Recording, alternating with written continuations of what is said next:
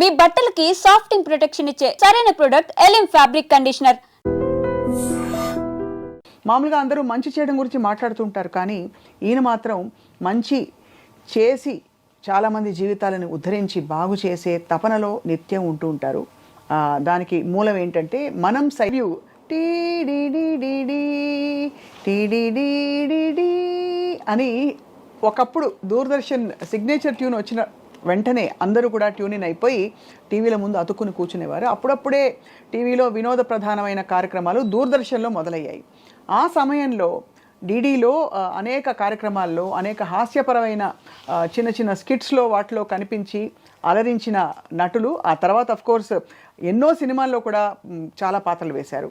అన్నిటికంటే ముఖ్యంగా ఏంటంటే మామూలుగా అందరూ మంచి చేయడం గురించి మాట్లాడుతుంటారు, కానీ ఈయన మాత్రం మంచి చేసి చాలామంది జీవితాలను ఉద్ధరించి బాగు చేసే తపనలో నిత్యం ఉంటూ ఉంటారు. దానికి మూలం ఏంటంటే మనం సైతం అని ఆయన పెట్టిన ఒక సంస్థ. అది పుట్టింది ఎప్పుడంటే ఆయన పుట్టినరోజున సెప్టెంబర్ 22న. సో సెప్టెంబర్ 22 బర్త్డే సెలబ్రేట్ చేసుకోబోతున్న నటులు, దర్శకులు, రచయిత, all in all Kadambari Kiran గారితో ఇవాల్టి ప్రత్యేక ఇంటర్వ్యూ. సార్, మీకు స్వాగతం. Thank you very very much. చిన్నప్పటి నుంచి మిమ్మల్ని చూసి అలవాటైంది, కానీ మీరు అలాగే ఉన్నారు అప్పటి నుంచి ఇప్పటిదాకా. కొంచెం హెయిర్ స్టైల్ మారింది తప్ప మిగతా అంతా. అవునమ్మా, కానీ మారాలి మనిషి వయసుని బట్టి, అనుభవాలను బట్టి. ఎక్కడ నాకైతే అలాంటివి అనిపించట్లేదు. ఆ sports shoe, jeans, white shirt, full జింగ్ బ్యాంగ్గా వచ్చారు మీరైతే సార్. ఇది జనరల్గా ఇదే డ్రెస్ ఉంటుంది, వైట్ షర్ట్ అండ్ బ్లూ జీన్సేనా. గత ఈ 11 సంవత్సరాలుగా 11 years అవుతుందమ్మా మనం సైతం పుట్టి. ఈ 11 yearsగా ఆ మార్పు. ఒక సార్, ఏదైనా మామూలుగా అంటే ఈ మనం సైతం ఎలా పుట్టింది తెలుసుకునే లోపు అసలు నటుడిగా మీ జీవితం ఎలా ఉంది? తృప్తినిచ్చిందా ఇంతవరకు?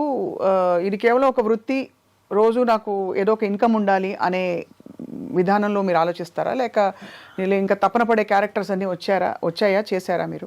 అంటే చలనచిత్ర పరిశ్రమలో తపన పడితే అసలు ఏది రాదమ్మా, వచ్చింది నిలబడుతుంది తప్ప. రావటానికి తపన పడితే మనకి నిరాశ ఎదురవుతుంది. ఎక్స్పెక్టేషన్ ఎప్పుడైతే ఉంటుందో నిరాశ కూడా దాని పక్కనే ఉంటుంది. సో నేను ఎక్స్పెక్ట్ చేయనేది వస్తే ఆనందపడతా, బాగా చేసినప్పుడు ఇంకా ఆనందపడతా. అది జనం దగ్గరికి చేరితే అద్భుతం కదా. బట్ దాని గురించే జీవితం, దాని గురించే తపన అనేది మాత్రం నాకు సెకండరీ. రైట్. అంటే నా లైఫ్ గురించి అని కాదు, లైఫ్ కష్టాలు ఎవరికైనా ఉంటాయి.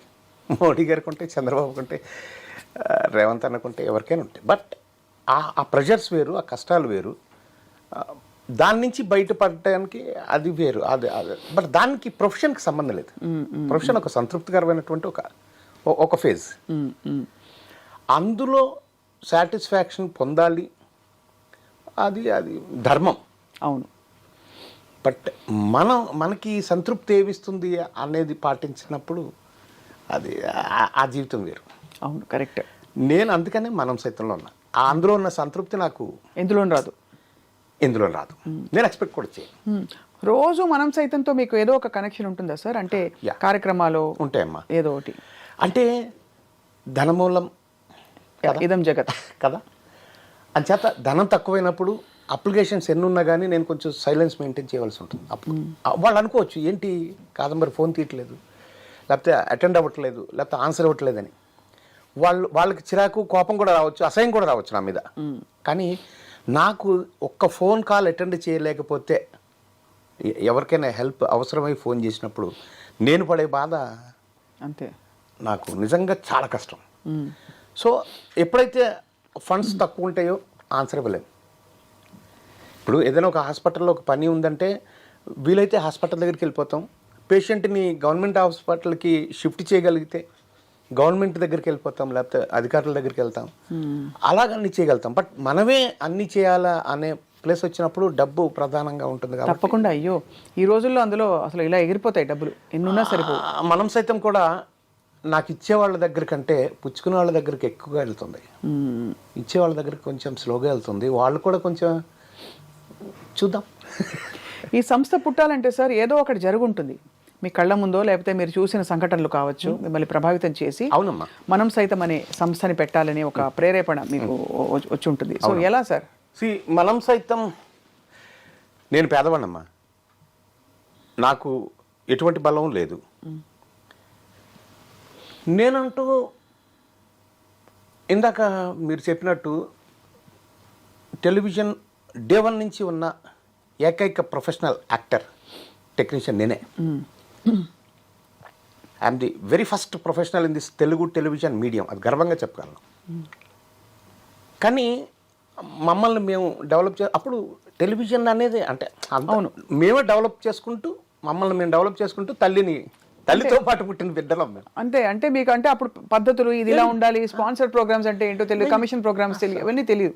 కెమెరా ఎంత పెద్దగా ఉండేది, రికార్డర్ ఎంత పెద్దగా ఉండేది, 4 మోసేవాళ్ళం. అదే కదా.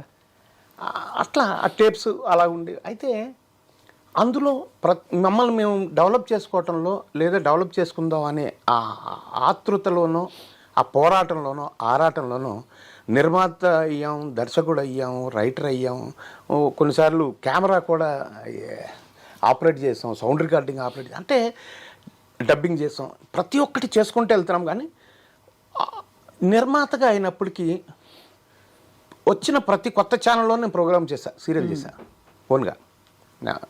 99% ఛానల్స్ నాకు డబ్బులు ఎగ్గొట్టాయి. అవన్నీ కలిసి ఒకనొక రోజున కూర్చొని చూస్తే ఆ రోజుకి 98 లక్షల రూపాయలు ఉన్నాయి నాకు రావాల్సిన రెమ్యునరేషన్స్. 98 lakhs అంటే నేను ఎంత కష్టపడ్డాను, నా ప్రీషియస్ లైఫ్ స్ట్రెంగ్త్. రావాల్సిన రెమ్యునరేషన్ అంటే ఏంటి సార్? నాకు వాళ్ళకు పనిచేసినప్పుడు నాకు రావాల్సిన రాలేదా? ఈ రోజుకి రాలే, ఇంకెప్పటికి రాదు. అది ఎందుకు అలా అయింది? అది ఎందుకు అలా అయిందంటే, నేను వీడు పోరాటం చేయలేడు, చేసినా నన్ను గెలవలేడు, వాడు అర్భకుడు, వాడికి బలం లేదు అనుకుని ఉన్నప్పుడు అప్పుడు ఒకనొక రోజు కూర్చుంటే, అంటే నేను కూడా సామాన్యమైన కామన్ మ్యాన్ కదా, నాకు బాధ్యతలు ఉంటాయి, నాకు డబ్బు అవసరాలు ఉంటాయి, బాధ్యతలు ఉంటాయి కదా, వాటి నుంచి పారిపోలేంగా. అవును కదా. చూసి ఒకరోజు కూర్చుంటే అన్నీ చేస్తే అన్ని ఛానల్స్ 98 lakhs. నో, ఇది కరెక్ట్ కాదు. ఈ రోజు నుంచి సొంతంగా ఓన్ ప్రొడక్షన్ అనేది చేయకూడదు. అంటే చేసినంతకాలం మిగిలిన అన్ని వ్యాపకాలకి దూరంగా వెళ్ళాలి. ఆర్టిస్ట్గా కావచ్చు, ఇంకా రైటర్గా కావచ్చు, డైరెక్టర్గా కావచ్చు. ప్రోగ్రామ్ చేసిన తర్వాత ఆ సీరియల్ అయిపోయిన తర్వాత డబ్బులకి కలెక్ట్ చేసుకోవడానికి మళ్ళీ కొన్నేళ్ళు. సో లైఫ్ అంతా వెళ్ళిపోతుంది. నో, వద్దు అని ఒక రకమైన కసి ఉంటుంది కదా నాకు కూడా. మామూలు మనిషిని కదా, ఉప్పు కారం కసితోటి నా జీవితంలో ఎదురైన సంఘటనలు నన్ను ఇబ్బంది పెడతా, అంటే ఒళ్ళంతా రక్తం గాయాలు అయిపోయినప్పుడు దాంట్లోంచి కొంచెం కసి వచ్చి, నేను చలనచిత్ర పరిశ్రమలో నేను ఒక వాచ్మ్యాన్ని. I'm observing each good and bad in this industry, watching. లోపలికి వెళ్ళలేకపోతున్నా, స్థిరంగా ఉండలేకపోతున్నా, బయటికి వెళ్ళలేను. తెలుగు చలనచిత్ర పరిశ్రమ వాచ్మ్యాన్ ఆత్మకథను ఒక రాయాలనుకో, ఒక 20 పేజీలు 25 పేజీలు రాశాక నాకే బాధ అనిపిస్తుంది. వాళ్ళంతా తర్వాత నాకు స్నేహితులు అయ్యారు, నాకు దగ్గర అవుతారు. నాకు ఒరే ఫ్రెండ్సే ఎక్కువ, నన్ను అన్నయ్య అనేవాళ్ళు, నేను ఒరే అనేవాళ్ళు చాలా ఉంది. ఎందుకంటే ఆ తరం అక్కడి నుంచి వేరే ఇది కదా. సో ఎందుకు ఏంటి ఇలాగ వీళ్ళ గురించి ఓపెన్ అవటం వల్ల నా కసి తీరొచ్చేమో, బట్ దానివల్ల ఉపయోగం ఏంటి? వాళ్ళ క్యారెక్టర్ వాళ్ళే చెప్పుకుంటారు ఫ్యూచర్లో ప్రజలకి, మనం ఎందుకు చెప్పటం అని అది పక్కన పెట్టి, మరి అట్లా నీకేంటి బలం ఏంటి? ఎస్, నా బలం నేను పెంచుకుంటూ వెళ్ళాలి, నా కుటుంబం నాకు అండగా ఉండాలి అని. నువ్వు పేదవాడు అవటం వల్ల కదా నీకు, పేదవాళ్ళకి సాయం చేయడం వల్ల నీ కుటుంబాన్ని పెంచుకో, ఆ పేదవాడు నీకు ఫ్యామిలీ అవుతాడు అన్న ఆలోచన మనం సైతం అన్న పేరు వచ్చింది.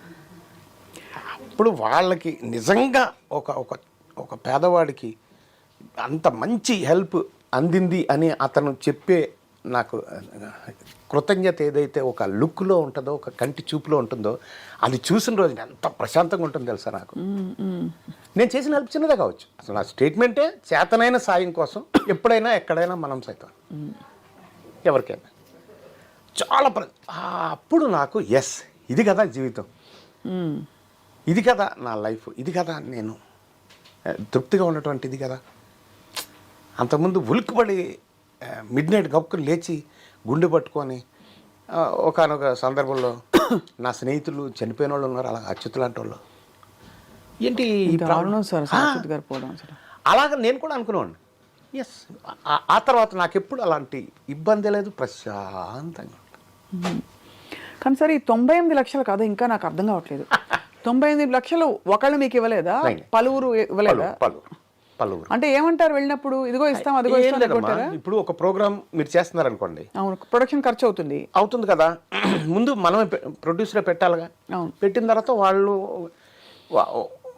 ఛానల్కి ఎలా ఉంటుందంటే నీ ప్రోగ్రామ్ రేటింగ్ రావటం లేదు అనేది ప్రధానమైన ఒక సాకు, మంచి చాకు అది.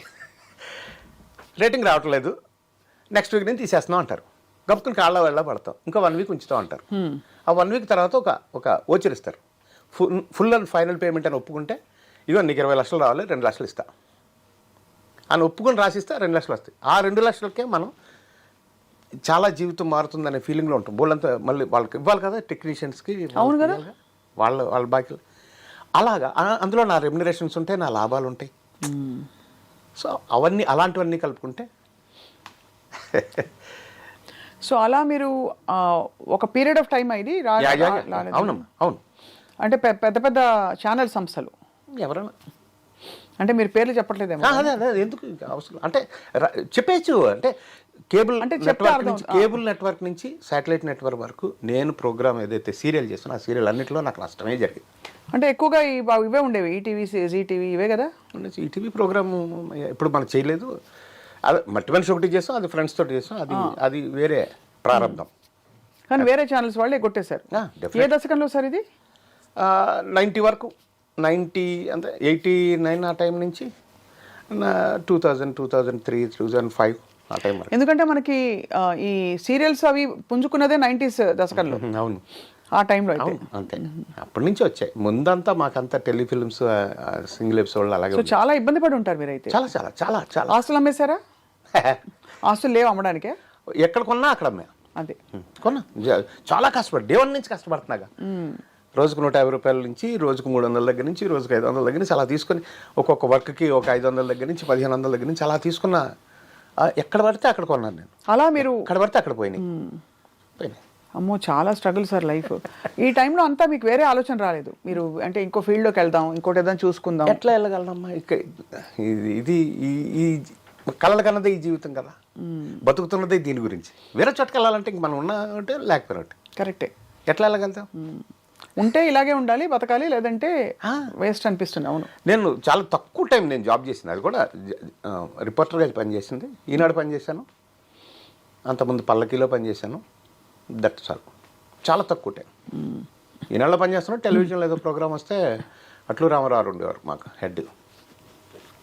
ఆయన టీవీలో పనిచేయడానికి లేదు అని మెమో ఇచ్చారు నాకు. నేను కాగితం తీసుకుని రిజిగ్నేషన్ ఇచ్చేసి స్వీట్లు పెట్టి వస్తే నాకు అదే ఇష్టం సార్, జాబ్ వద్దు సార్, అంతే. చాలా తక్కువ టైం.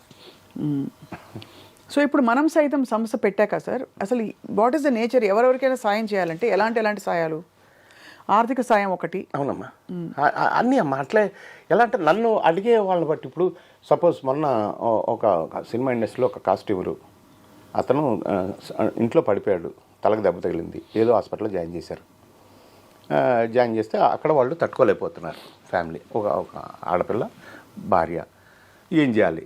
వెంటనే ప్రభుత్వ అధికారులతోటి పొంగులేటి గారిని వాళ్ళ టీంతోటి మాట్లాడి నిమ్స్లో ఒక బెడ్ ఖాళీ చేయించి, నిమ్స్లో 32 బెడ్లు ఉంటాయమ్మా 31 రాష్ట్రాలకి. అదే ఉంది. సో అక్కడైతేనే సీఎం రిలీఫ్ ఫండ్ నుంచి మనం ఏమైనా తెచ్చుకోవచ్చు, వాళ్ళ దగ్గర నుంచి ఏదైనా లెటర్ తేవచ్చు, ఏదైనా మాట చెప్పించవచ్చు. సో బెడ్ ఖాళీ అయినా మరో సెకండ్లో అక్కడ పేషెంట్ పెట్టేయాలి, ఎందుకంటే ప్రాణాలతో కాబట్టి వాళ్ళ పాలసీ అది. అవును. సో వేరే హాస్పిటల్ నుంచి హాస్పిటల్ వరకు మనిషిని తీసుకొచ్చి అక్కడ అవన్నీ కూడా చేయడానికి దానికి డబ్బు ఎంత అన్నది కాదు. అసలు మన పవర్ ఏంటి? పొంగిలేటి గారు వాళ్ళ టీంలో మన మనుషులు ఎలా ఉంటారు.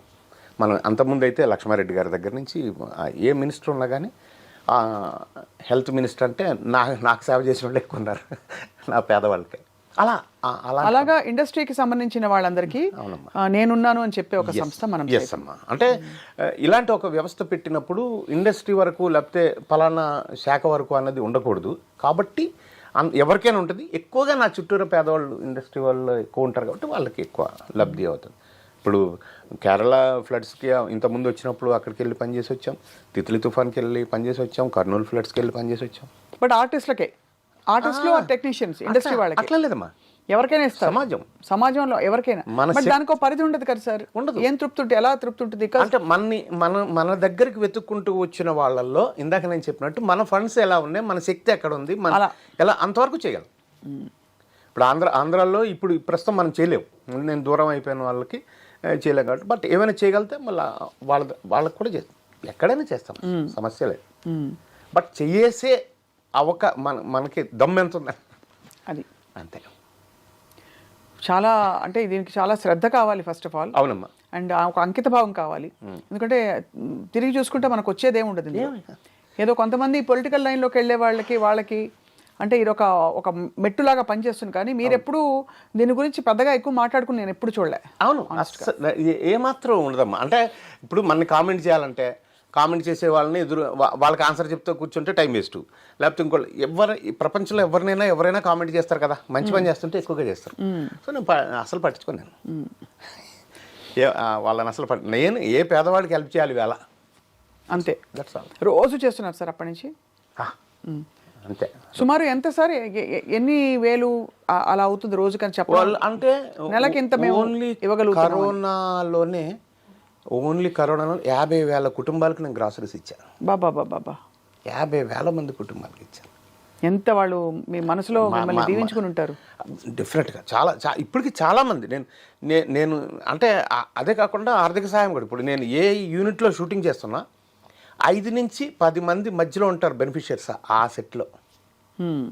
ఒకళ్ళు వచ్చి నాకు పలానప్పుడు అది చేశారు, నాకు పలానప్పుడు ఇది చేశారు, లేకపోతే నాకు బియ్యం ఇచ్చారు, లేకపోతే ఏదో ఒకటి. మినిమం 10 మంది ఉంటారు, 5 నుంచి 10 మంది ఉంటారు. ఎంత గొప్ప జీవితం సార్. ఈ మధ్యలో మరి మీ కుటుంబం మీ ఖర్చులకి, మీ ఇంకా జీవనోపాధికి ఎలా మీరు ప్లాన్ చేసుకున్నారు మీ లైఫ్లో? ఒకవైపు ప్రొడక్షన్ వర్కౌట్ అవ్వలేదు, డబ్బులు ఎగ్గొట్టారు, అందరినీ వెళ్ళి అడగలేకపోయారు. అడగలేదు అసలు? ఎవరైనా అడిగారా? అడుగుతాం. చూసినట్టునే అక్కడుండే టెలిఫోన్ కింద పాడేసే వాళ్ళు ఉంటారు, కళ్ళజొల్లి సిరిసే వాళ్ళు ఉంటారు. అలా కూడా అంటే మమ్మల్ని చూసినప్పుడు ఆ ఇరిటేషన్ నుంచి అరే సార్ కోపం మీద ఉన్నారని వెళ్ళిపోతాం అంతే. అయ్యే బాబోయ్, మీరు చెప్తుంటే ఎన్ని చూసాం తల్లి, ఎన్ని చూసాం. అంటే వచ్చేవాడు కూడా కంగారు పడతారుగా. అరే వీళ్ళందరూ ఎవరు సార్? ఛానల్ యజమానులా? నాకు డబ్బులు ఇవ్వాల్సిన వాళ్ళు. అంటే అలా కాదు, నేను అడిగేది ఏంటంటే డబ్బులు ఇవ్వాల్సిన వాళ్ళు. అంతే అంతే అంతే యజమానులు అదే ఎవరైతే ఆ సీట్లో ఉంటారో ఇవ్వమని చెప్పేశారా? ఇంకా మీకు లేదు, ఫుల్ అండ్ ఫైనల్ పేమెంట్ అని రాసేసాం కదా. అంతే. ఎంత అలా రాసే ముందు ఈ సీన్స్ అన్నీ ఉంటాయి అన్నమాట. ఓహో. రాసిన తర్వాత ఇక వాడు ఇవ్వడు, ఎట్లా చచ్చిపోతాం, ఎలా మనకు ప్రెషర్ అవుతుంది. మనం ఈ లోపల మనం ఎక్కడొక్కడ వేషాలు వేసి సంపాదించిందో లేకపోతే ఉన్నదో ఏదో తెచ్చి దొంగతనంగా కొంత అప్పులు గట్టిగా అడిగి కూడా ఒకటి ఉంటాడు కదా పాప, వాడికి ఏదో కష్టం ఉంటుంది కదా, వాడికి ఇచ్చి అడగని వాడికి కొంచెం ఆగి ఈ కనీసం ఇదైనా వస్తుందేమో అని అలా మనకి ఇవ్వాల్సిన డబ్బును బాగా ఎక్కువ చేసి ఇచ్చే డబ్బును బాగా తక్కువ చేసి ఆ బ్యాలెన్స్ ఎక్కువైన తర్వాత కట్ చేస్తాం. ఇవన్నీ ఒకవైపు అయితే మీకు యాక్టింగ్లో కూడా రెమ్యునరేషన్స్ ఎగ్గొట్టడం ఉంటాయి? మ్యాక్సిమం ఉండవు, 1-2 ఉంటాయి, మ్యాక్సిమం ఉండవు. ఎందుకంటే రాను వచ్చిన తర్వాత ఇక నాకు ఒక మేనేజర్ గారు ఓ పెద్ద ఆయన ఉంటారు, ఆయన కలెక్ట్ చేసుకుంటాడు. కొంచెం అది ఇబ్బంది లేదు, అదే భుక్తి. మీరు చేస్తున్న ఈ మనం సైతము మీ ఈ తోటి సినిమా పరిశ్రమ మిత్రులు కానీ, పెద్దవాళ్ళు కానీ, అగ్ర హీరోలు కానీ, అగ్ర దర్శకులు కానీ వాళ్ళు ఏమంటారు సార్ మిమ్మల్ని? చాలా చాలా మంచి బాగా సపోర్ట్ చేస్తారమ్మా. ఇప్పుడు వివి వినాయక్ గారు, కొరటాల శివ గారు, ఇలాంటి డైరెక్టర్సు, అనిల్ రావిపూడి, వక్కంత వంశీ, ఇలా రామజోగయ్య శాస్త్రి గారు, ఇలాంటి వాళ్ళు పిలిచి నాకు నా అకౌంట్లో డబ్బులు వేసి, ఇక నీ అకౌంట్లో డబ్బులు వేసాను, నువ్వు ఇది పంచు, ఇలా చెయ్యి, ఇలా కష్టం చెయ్యి, నీకు చేరితే బాగా చేరుతుంది పేదవాడికి అని అలా. చిరంజీవి గారు కూడా ఇంటికి పిలిచి ఒకసారి 2 లక్షల రూపాయలు ఇచ్చారు నాకు. ఎంత? 2 lakhs ఇచ్చారు, ఇంటికి పిలిచి ఇచ్చారు. ఎప్పుడు చాలా కాలం, ఒక 7 years అవుతుంది. అట్లా వాళ్ళంతా అలా చేసిన వాళ్ళే, బన్నీవాస్ గారు కానీ అలాంటి వాళ్ళంతా అలా పెద్దవాళ్ళ సపోర్ట్ ఉంటుంది. చదలవాడ శ్రీనివాసరావు, చాలా మంది అలా అంటే ఇప్పుడు సడన్గా చెప్పలేకపోవచ్చు, బట్ అదే అర్థమైంది, అంటే వాళ్ళ వైఖరి ఎలా ఉంటుందని. సపోర్ట్ ఉంటుంది. రాను రాను ఏంటంటే వాళ్ళకి కూడా ఒత్తిళ్ళు ఉంటాయి కదా, వాళ్ళ తాలూకు మనుషులకు వాళ్ళు చేయటం. ఇప్పుడు జనరల్గా ఏమవుతుందంటే, ఇప్పుడు నువ్వు ఉన్నావమ్మా, నీకు మేకప్ వేసేవాళ్ళు, నీ అసిస్టెంట్లో, నీ కార్ డ్రైవరు, మీ ఇంట్లో పని చేసేవాళ్ళు, నీకు అసిస్టెంట్స్, వాళ్ళని సేవ్ చేయడానికి ఒక స్టార్ ఎవరైనా చూసుకుంటారు. నాకు అలా కాదుగా, నాకు వచ్చిన వాళ్ళంతా నా ఫ్యామిలీ అని, పేదవాళ్ళే నా ఫ్యామిలీ అని చెప్పే మనిషిని కదా. అవును. సో వాళ్ళు అందులోనే ఉండిపోతారు, నాకు ఆ పరిధులు లేవు. చాలా అసలు స్ట్రగుల్స్తో కూడిన సక్సెస్ఫుల్ జీవితం ఇది. అవునమ్మా. అంటే ఎందుకంటే సక్సెస్ఫుల్ బికాజ్ ఇంతమంది జీవితాలు మీరు తాకారు కాబట్టి, తాకుతున్నారు, ఇంకా కంటిన్యూ అవుతుందని చెప్పి. సో మీ నటన జీవితం ఎలా కొనసాగింది సార్? మీరు వెతుక్కోకుండా రోల్స్ వస్తున్నాయా మీకు? వెతుక్కోకుండానే ఉంటాం. ఎప్పుడైనా అడిగితే రాదమ్మా. మీరు ఏది అడిగి రాలేదు? ఏదైనా సరే, ఏ అవకాశమైనా సినిమా ఇండస్ట్రీలో అడిగితే రాదు. కానీ ఇంతమంది నటులలో అందులో మీరు వేసే క్యారెక్టర్స్ లో ఆ స్లాట్ లో చాలా మంది ఉంటారు. కాదంబరి కిరణ్ గారు వాళ్ళ మనసులో తట్టాలి, వెంటనే స్ఫురించాలంటే మీరు ఎలా తట్టిన వాడికే కదా నేను వెళ్ళి పనిచేసేది. దాంతో సాటిస్ఫై అయిపోవడమే అంతే. ఇప్పుడు నేను ఒక మంచి వేషం చేస్తాను అనుకోమా, అది ఆల్రెడీ ఇప్పుడు ఒక స్క్రిప్ట్ రాసే రైటరు, ఆ రైటర్ చుట్టూరా ఉండే టీము, ఒక అసిస్టెంట్ డైరెక్టర్స్ వాళ్ళందరూ టీము, ఒక మేనేజర్స్ వాళ్ళందరి టీము, డైరెక్టర్ ప్రొడ్యూసర్ దగ్గర వీళ్ళందరూ ఉంటారుగా. అవును. వాళ్ళందరూ రెగ్యులర్గా అన్ని సినిమాలు చూస్తుంటారు. నేను రెగ్యులర్గా ఇప్పటికీ ఇండస్ట్రీలో ఉన్నాగా, నా సమకాలీకులు చాలామంది ఇళ్లలో ఉండిపోయారు, కొంతమంది చచ్చిపోయారు. బట్ నేను అలా కాదు, ఈ రోజుకి నేను పనిచేస్తూనే ఉన్నా. ఇప్పుడు నాకు 5-6 సినిమాలు చేతిలో ఉన్నాయి, 6 సినిమాలు ఉన్నాయి చేస్తాను. 6 సినిమాలు అంటే నెలకి ఆల్మోస్ట్ ఒక 15-20 డేస్ బిజీ. మీరు 10 డేస్ అయితే ఈజీగా ఉంటుంది. 10 డేస్ ఈజీ. మీరు అత్యంత స్ట్రగుల్ పడిన సమయం, ఈ 98 లక్షల కథ నాకు ఇంకా అసలు బుర్రకెక్కట్లేదు, బాగా నాకు కూడా కోపంగా ఉంది, నాకే అన్ని విసిరేలే ఉంది. మీరు అంటే మీకు అంతమంది కొట్టారంటే అవన్నీ it is not easy. First of all sir, డబ్బులు పోగొట్టుకోవడం ఒకటి, రెండోది మనం ఇంత కోల్పోయాము, మనని ఇంతమంది మోసం చేస్తారనే ఫీలింగ్ ఎవరు తట్టుకోలేరు. అవును. ఆ కసి, నేను అదే ఆ కసిలోంచి నన్ను మోసం చేసిన వాడిని ఇంకా ప్రేమగా పలకరిస్తాను నేను ఇప్పుడు. నన్ను ఎవడైతే ఇంకా వాళ్ళు వచ్చి కాఫీ ఉన్నారు కదా, నేను ఇంకా బతికే ఉన్నాగా. మీరు ఓకే, వాళ్ళు వచ్చి ఉంటారు. నేను అదే చెప్పాను ఇందాక, రాసినప్పుడు కొంతమంది ఒరే ఫ్రెండ్సే, కొంతమంది ఇంకోటి వాళ్ళైనా, లేకపోతే అవకాశాల్లో నన్ను అవమానాలు చేసినా ఏం చేసినా కానీ. ఇప్పుడు నేను మధ్యలో ఒక మంచి ప్రోగ్రామ్ చేస్తా ఉన్నప్పుడు నాకు ఫిల్మ్ డైరెక్షన్ అవకాశం వచ్చింది. అది నేను ప్రమోషన్ అనుకున్నా. నేల మించి వచ్చాము, ఫస్ట్ ఫ్లోర్ టెలివిజన్ ఉంది, సెకండ్ ఫ్లోర్ ఫిల్మ్ వచ్చింది, సెకండ్ ఫ్లోర్ వరకు వచ్చాం కాబట్టి పడితే ఫస్ట్ ఫ్లోర్లో కదా పడతాం, ఏం పర్లేదులే అని చేశా. కానీ సెకండ్ ఫ్లోర్ నుంచి పడితే భూమి ఆకర్షణ శక్తికి పాతాళానికి పోతామని తెలియదు వాళ్ళకి, పడిపోవడం జరిగింది. అప్పుడు నీలాంటి ఫ్రెండ్స్ ఎవరైనా దగ్గర నన్ను గుర్తుపడతారు, లేకపోతే నాకు గౌరవిస్తారు, నన్ను అభిమానిస్తారు అనే వాళ్ళ దగ్గరికి వెళ్ళి, అరే నాన్న భేషవరా, అరే ఊరే అనలేం అవతల. అలాంటప్పుడు ఏంటి ఈ ఫెండర్లో చూసి ఫోటోలు దిగటం డైరెక్షన్ అంటే, ఆ ట్రాలీ చుట్టూరు ఎలా ఉండాలి, అదే డైరెక్షన్ అంటే అని ఎక్సెక్కాలు చేసిన వాళ్ళు కూడా ఉన్నారు. బాధపడాలి, తప్పదు, అంచేత వెళ్ళలేం. అందుకనే ఈ ఒరే అనే పదానికి ఇండస్ట్రీలో డార్లింగ్ అనే మాటను కనిపెట్టడం ఇన్ ద సెన్స్ వాడుకలో పెట్టింది నేను. అంటే మరీ ఒరే అని అలా అసహ్యంగా అనప్పుడు నా దగ్గర పనిచేసిన పిల్లలు 26 మంది ఫిల్మ్ డైరెక్టర్లు ఈ రోజు ఉన్నారు నా దగ్గర అసిస్టెంట్లుగా పనిచేసిన పిల్లలు. వీళ్ళల్లో కొంతమంది కోట్లు తీసుకుంటున్న వాళ్ళు కూడా కొంతమంది ఉన్నారు. కానీ మీకు జరగలేదు అన్యాయం? నేను వెళ్ళి ఒరే అనలేను, నన్ను ఒరే అంటాడేమో నా అతను భయం.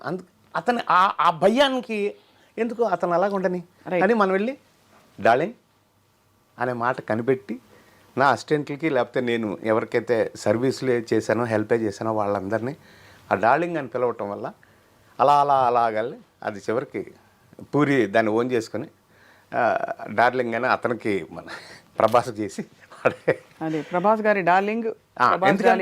ఆ మాట నేనే, ఎందుకంటే అంత విస్తృతంగా నా దగ్గర సహాయం చేసిన వాళ్ళు, నేను సహాయం చేసిన వాళ్ళు, నేను హెల్ప్ చేసిన వాళ్ళు, నేను పెంచిన మొక్కలు అంత విస్తృతంగా పెరిగారు కాబట్టి నాకు. సో మీరు సినిమా డైరెక్షన్ చేయడం అనేది మీకు బెడిసి కొట్టింది బాగా? అంతేగా, అంతే. కారణం ఏంటంటారు సార్? అది సక్సెస్ అవ్వలేదుగా. ఏమనుకోకు, హ్యాపీ కూర్చోండి, కంఫర్టబుల్గా కూర్చోండి అమ్మా. అయితే అంతే, అది సక్సెస్ కొడితే ఏముంది. ఇప్పుడు అది 100 రోజుల సినిమా ఆడింది అనుకోమ్మా, నా జీవితం వేరు కదా. అది 1 వీక్ ఆడింది కాబట్టి కదా మనం. దాని చావు కూడా బోల్డ్ మంది వస్తున్నారు కదా అలా సక్సెస్ కాని వాళ్ళు, 2వ సినిమా అటెంప్ట్ చేస్తున్నారు, 3వ సినిమా అటెంప్ట్ చేస్తున్నారు. అలాగా నాకు 16 కథలు చేసుకున్నాను. ఈవెన్ అక్కినేని నాగార్జున గారి దగ్గర నుంచి ఆలీ వరకు ఒక నాగార్జున గారి దగ్గర బావ ఎలవబుల్ మ్యాన్ ఓన్లీ నాగార్జున 1.5 years ఆ కథ దాని మీద తిరుగుతూనే ఉన్నాం. బ్రహ్మానందం గారితో సిటీ లైట్స్ సైలెంట్ మూవీ దాంతో అలా తిరుగుతూనే ఉన్నాం. ఇంకోళ్ళు ఎవరితోనో బాబుమోహన్ గారి అబ్బాయితో ఏదో చేయాలని బాబుమోహన్ గారితో వారితో అలా తిరిగాం. ఈ హీరోలు ఎవరు ఇవ్వట్లేదు వెంకటేష్ బాబుతో ఏదో అట్లా తిరిగాం. అంటే ఇవన్నీ సంవత్సరం 6 నెలలు 8 నెలలు ప్రాసెస్ ఉంటుంది. ఎంత జీవితం ఉంటుంది. హీరోలు ఎవరు ఇవ్వట్లేదని రమ్యకృష్ణ గారితో గజ్జల గుర్రం అనే ఒక కథ, హీరో కమెడియన్స్ రమ్యకృష్ణ గారు, అదొక 2 years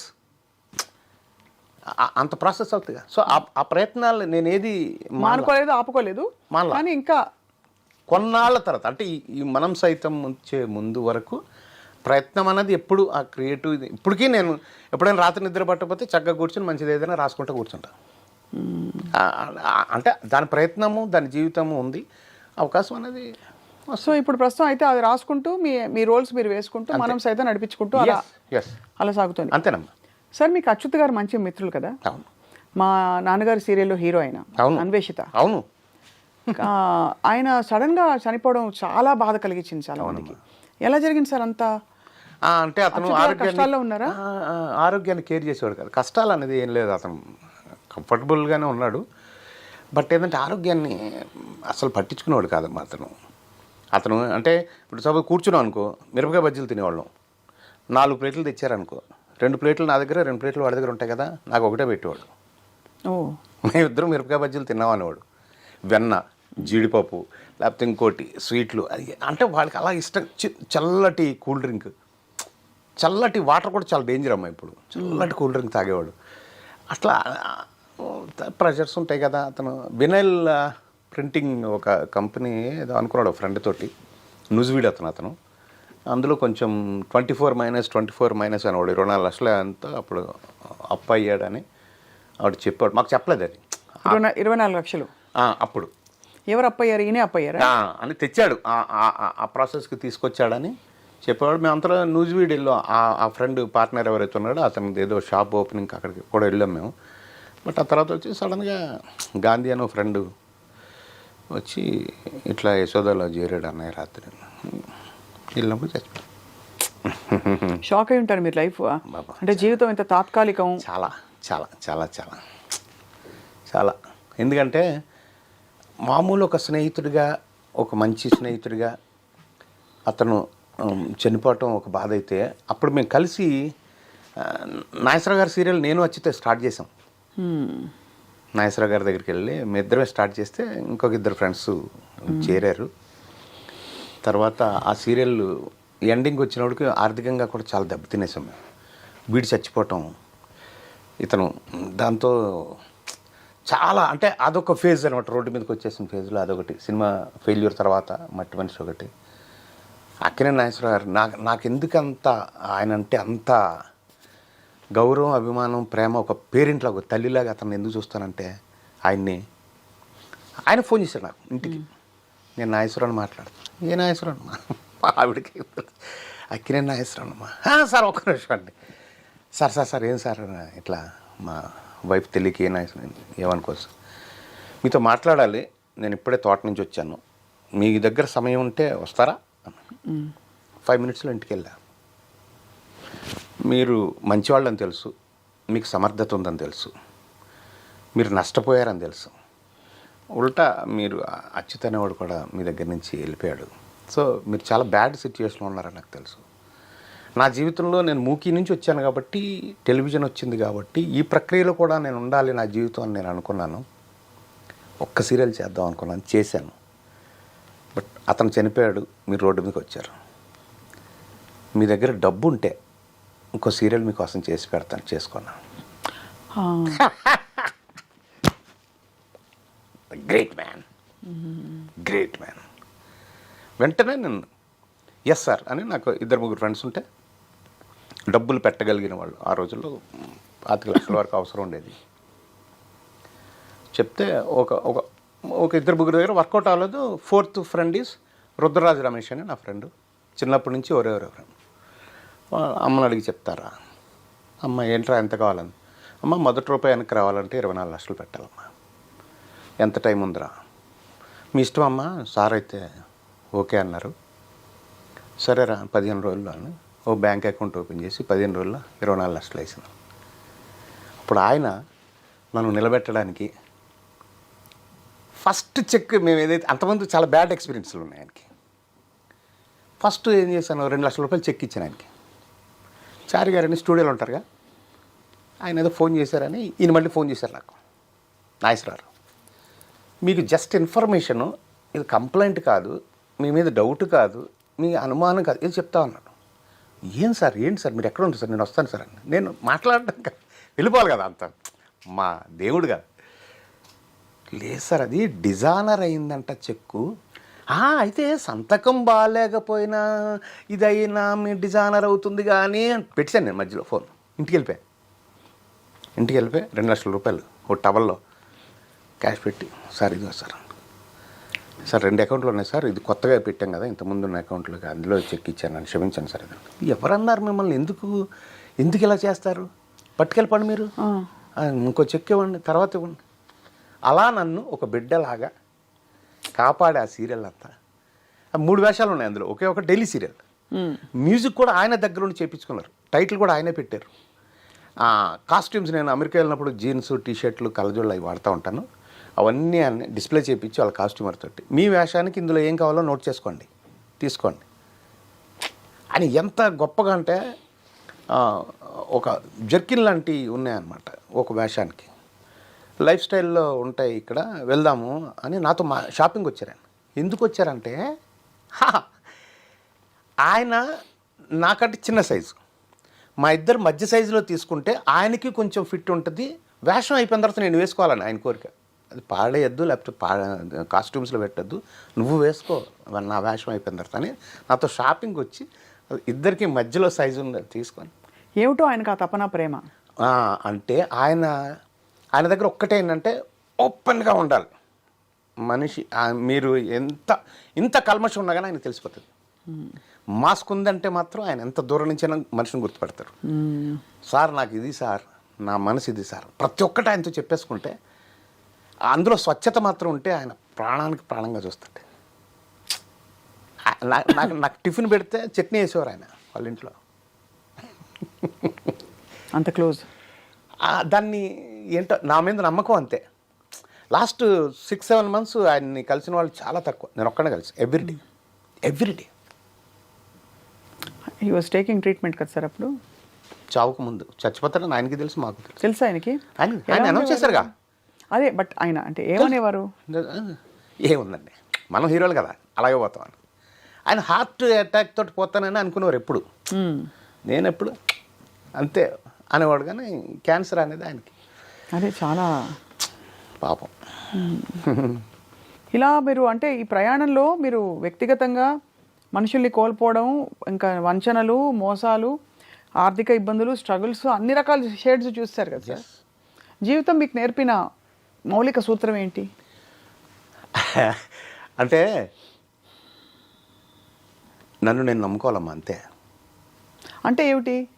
అంటే నువ్వు చేసే పనిని ఆ నమ్మకంతో చేస్తే రిజల్ట్ ఎప్పుడైనా కానీ పాజిటివ్గా నీకు వస్తుంది, నో ప్రాబ్లం. నేనే సాక్ష్యం దానికి. నాకు ఎప్పటికైనా పాజిటివ్గా నాకు వస్తుందని నా నమ్మకం. ఆ డౌట్ ఉన్నప్పుడు రాదు. కరెక్ట్. నేను దాని మీద ఉంటా. చాలా మంచి మాట చెప్పారు. ఇప్పుడు అంటే అప్పటికి ఇప్పటికీ ఇండస్ట్రీ బాగా మారిపోయింది కదా సార్, సినిమా పరిశ్రమ. అంటే పరిసరాలు మారిపోయినాయి, పద్ధతి మారిపోయింది, బట్ రిలేషన్ అన్నది అలాగే ఉంటాయి. అవి ఇంకెవరెవరు సార్ మీ స్నేహితులు ఇండస్ట్రీలో? బుల్లిచెర చాలా మంది ఉన్నాం. ఆ బ్యాచ్ అంతా అలా. అంటే మీరు ఖాళీ టైం దొరికినా, మీ ఇంట్లో మంచి శుభకార్యం జరిగినా, లేదో కష్టం వచ్చినా ఎవరు చెప్పుకుంటారు? ఉన్నారు 5-6 మంది ఫ్రెండ్స్, మంచివాళ్ళు, ఇండస్ట్రీకి సంబంధించిన వాళ్ళు కాదు. ఉన్నా ఇండస్ట్రీలో. ఇంకా బతికే ఇక్కడ అయినప్పుడు చావే ఇది కదా. వీళ్ళే, వాళ్ళతోటే ఎక్కువ. వాళ్ళల్లో అంటే ఆడపిల్లల్లో సనా బాగా దగ్గరగా ఉంటుంది, మేఘన ఉంటుంది. చాలా మగపిల్లలు సమీర్ కానీ, హర్షవర్ధన్ కానీ, ప్రభాకర్ కానీ, అశోక్ కుమార్ కానీ. అశోక్ కుమార్ గారు తెనాలి రామకృష్ణ సీరియల్ వచ్చినప్పుడు ఒక సెన్సేషన్. అవుట్. నాగేశ్వరరావు గారికి అసలు టెలివిజన్ రంగంలో ఫస్ట్ ఫ్రెండ్ అతనే. కానీ నాగేశ్వరరావు గారు ఎలా అయితే పెద్ద తెర మీదో ఈయన చిన్న తెర మీద బుల్లితెర మీద అశోక్ కుమార్ గారు అనేవారు. అవును, ఆయన ఆయన imitate హావభావాలు- చేసేవాడు ఆయన. కదా సార్, అది ఏదో ఒక బాడీ లాంగ్వేజ్ లోనే ఏదో. ఇమిటేట్ చేసేవాడు. ఆయన చెప్పేవాడు ఆయన ప్రతి ఒక్కటి. అంటే మేము బాగా దగ్గర ఒరే ఫ్రెండ్స్ కదా మేము. అవును. బాగా దగ్గర అంటే అన్నయ్య అనే అంటాము. బాగా దగ్గర. ఆయనకి ఫస్ట్ ఫ్రెండ్ ఇతనే అశోక్ కుమారే. తర్వాత మేమంతా దగ్గర అయ్యాం. మేము ఎక్కువ నమ్మకం తెచ్చుకున్నాం ఆయన దగ్గర. అవును అవును. సో చిన్నప్పటి నుంచి సార్ మీరు పెరిగిందంతా ఏ ఊరు? ఇక్కడేనమ్మా. హైదరాబాదే. పుట్టింది కాకినాడ దగ్గర గురజనాపల్లి అని. తాతగారు వాళ్ళది రాజోల తాలూకా కేసినపల్లి. చదువు అంతా కూడా ఇక్కడే? ఇక్కడేమ్మా. ఎలిమెంటరీ చిన్నతనం స్కూల్ అక్కడ, మిగిలినంత ఇక్కడ. AV school, AV college, Bhadrika college, Ramachandra college, Hindi Mahavidyalayam. మీ కుటుంబం సార్? నలుగురు అన్నదమ్ములమ్మ మేము. నేను లాస్ట్, ఒక సిస్టరు. ఇక్కడే అందరు ఇక్కడే ఉన్నారు. భార్య, ఇద్దరు పిల్లలు. పిల్లలు ఈ రంగంలోకి వచ్చారా? అంటే సింగింగ్ ఉంది నీలా. పెద్ద పాప ఆటోమొబైల్ ఇంజనీర్, అమెరికాలోనే ఉంటుంది, డెట్రాయిట్. అతను కూడా, అల్లుడు కూడా ఆటోమొబైల్ ఇంజనీర్. ఆ అమ్మాయి పాటలు పాడుతుంది. చిన్న పాప హోమియోపతి డాక్టరు, చిన్న అల్లుడు అడ్వకేట్. ఓ, అందరూ చక్కగా సెటిల్డ్, బ్యూటిఫుల్గా, హ్యాపీగా, హాయిగా.